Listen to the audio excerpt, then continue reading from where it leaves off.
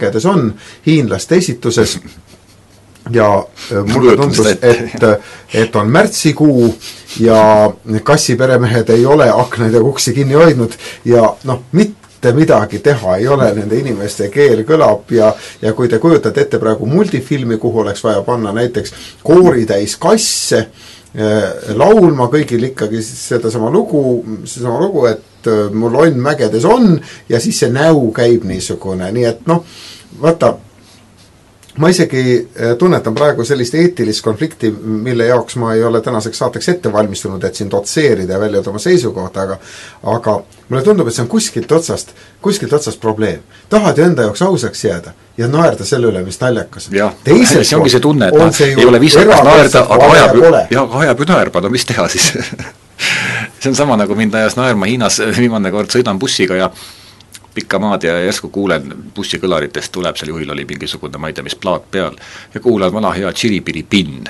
Kuulsel Riiol on niisugune lugu, mis on hästi vahvalt minu meelest tehtud, tõelises Hiina stiilis ja hästi antekate sõnadega ja istun ja kuulan, ma mõtlesin, mine tea, et võib-olla Kuldne Rii on ise teinud selle loo, aga tuleb välja, et see on tõesti Hiina lugu, nad on võtnud Hiina viisi ja teinud sinna väga antekad sõnad peale ja sõidan bussis ja kuulan seda hiinakeelse Tširipiri Pinni ja siis mul tulevad need eestilised sõnad meelde, mis on nii andekad, siis ma itsitasin seal tükk aega seal bussis üksinda.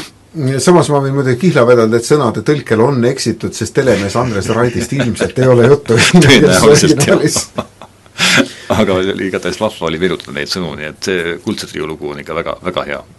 Aga nüüd ma räägin veel korra ise endale vastu, nimelt ma olen korduvalt küsinud selliste inimeste käest, kes kuulavad idamuusikat, tegelevad idamuusikaga. Leho Rubis nende hulgas, keda siin juba mainitud, et andku mulle ka see võti, kuidas seda kuulab, kuidas seda aru saab ja enamasti on see väike kõhelus, et kuula ja siis ta tuleb sulle. Ja ma pean ausalt tunnistama, et mul ei ole tulnud. Aga meie kuulajatel on kohe võimalus, sellepärast, et järgmise loo pealkirjaks on nagu lained vastu liiva. Ja kuulake, võib-olla teiega see lugu kõneleb.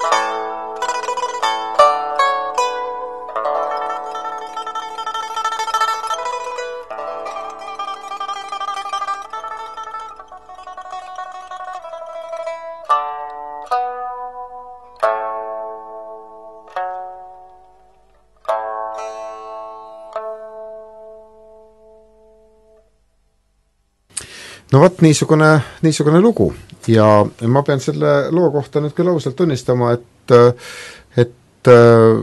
mulle see lugu päris meeldis ja kui jäin kuulama selle keelpillimängija sõrmeoskust, siis iga noot oli äärmiselt perfektne, mingit pudistamist kuulda ei olnud ja tundub, et ka meloodiatega käidi väga helnelt ringi.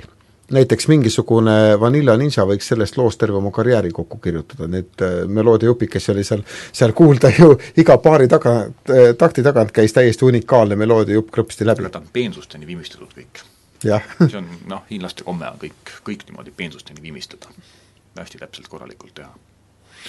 Kas sina oled hiinlaste maailmavaatele natukene pihta saanud? Mina tean tänu sugulussidemetele sellest, kuivõrd palju hämmingut on näiteks toredad Hiina üliõpilased tekitanud muusikaakadeemia ühiselamutes ja mujal, sest ei saa öelda, kas nad on head või halvad, aga neid lihtsalt ei suudeta mõista. Ütleme nii, et nad on erinevad.